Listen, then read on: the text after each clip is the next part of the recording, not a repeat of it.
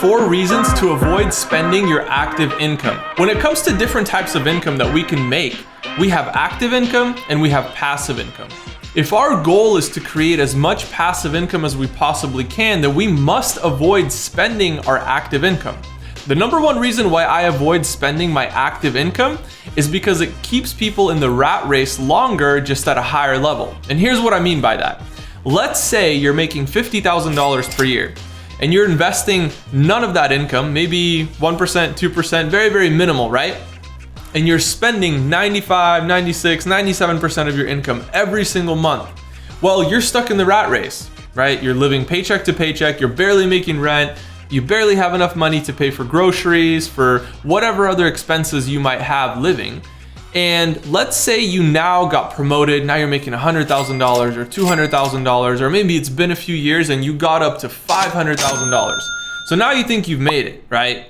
Well, truthfully, if you're still spending 95 to 97% of your income every single month, you're still in the rat race. You haven't achieved financial freedom. You might be making a lot of money, but that doesn't mean that you've achieved financial freedom, because guess what happens if you stop working? That money goes away. You're now broke in 1 month. If you're spending 95% of your active income every single month, you're 1 month away from being broke, even if you're making $10 million per year. Just let that sink in for a moment, because sometimes we target different financial figures or different numbers that we want to make, but we don't think about what all goes into that. Does it limit our time? What happens if we lose that source of income? Have we protected ourselves? Have we invested into things that are passive and that are also bringing in income? Or are we relying on this one singular source of income that if it disappears, we're broke in 1 month?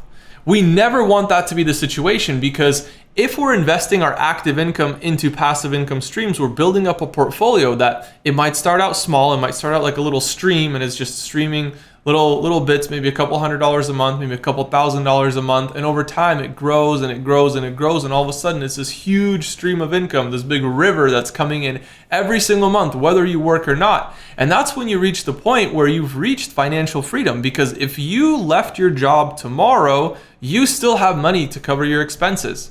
You don't want to spend that active income in the first place. You want to make that sacrifice at the beginning so that you can actually invest that money, invest it into things that are producing passive income, and then use that passive income for your expenses, for your lifestyle. One crazy thing that I see happen to so many entrepreneurs is called lifestyle creep. They might have been making $50,000 before they became an entrepreneur, and when they became an entrepreneur, maybe now they make $100,000 or $200,000. And all of a sudden they want the fancy car, they want the fancy house, they want to have the nice condo, the penthouse, the luxurious dinners, all these different expenses. That's called lifestyle creep. As their income began increasing, their lifestyle expenses started increasing. And now they're at this super high level of expenses every single month, and they don't even have money to invest anymore. They're hard at work to maintain that lifestyle month after month after month. And that's a really dangerous place to be, because as you begin enjoying all those things in your life, you're working so hard just to maintain that. You're no longer able to invest that money into passive income streams and grow and expand your lifestyle, because at a certain point, you're going to hit a limit on your active income. And at that limit, you're either going to plateau or you're going to come right back down. And if you're spending 95% of your income, that's a dangerous spot to be. You don't want to lose those lifestyle benefits that you've gained after working so hard for that income. And so it's important to realize that even when we're making only $50,000 or $100,000 per year, we want to use that money to begin investing into passive income streams. And it might start out small, it might be meaningless at the beginning, but it's a way to start, and it allows you to begin that journey and begin learning how passive income works. And it allows you to scale it over time so that eventually you can live solely off of your passive income. If you're making $10,000, $20,000 a month off of your passive income, you could have a pretty nice lifestyle. You could for sure survive, but on top of that, you could definitely have some luxuries in your life as well. The number 2 reason why I avoid spending my active income is because it doesn't separate your dollars from your hours. So just like we discussed in point number 1, it keeps you in the rat race just at a higher level. You're still working paycheck to paycheck, even though you're making $500K, $1 million a year, right? Might seem impressive, but it's really not so impressive when you still have to pay all your bills every single month, and it's costing you 95% of your income.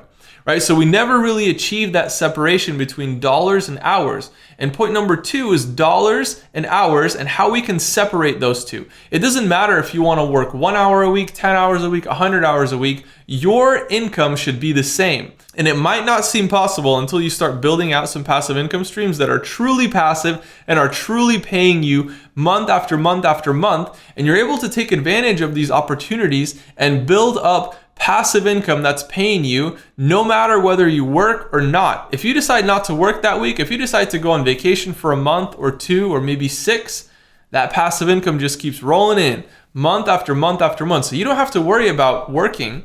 The main goal is to achieve separation between dollars and the amount of hours we work. That's how passive income works. Point number 3 is that you cannot build generational wealth with active income alone. Let's think about the most highly paid employees on this planet. Let's take Jeff Bezos, for example. He's definitely one of the top paid employees on planet Earth right now. He's the CEO of Amazon. So Amazon is a multi-billion dollar company. I believe they might even be $1 trillion market cap right now. They're doing so well. He's one of the top paid employees on the planet. But just because he has that active income coming in, that does not mean that he's going to be building generational wealth. I can almost guarantee you he's investing into passive income streams that are bringing him passive income every single month. He's investing into all these things. So why don't we look at what the wealthy people are doing? Because they want to preserve their wealth. They want to preserve that and create generational wealth out of this active income that they're making. So while he's enjoying this active income, he's also not spending all of it. He's using that money to invest into different things that are going to build generational wealth for him, for his family, for his children, his grandchildren, and so on and so on and so on.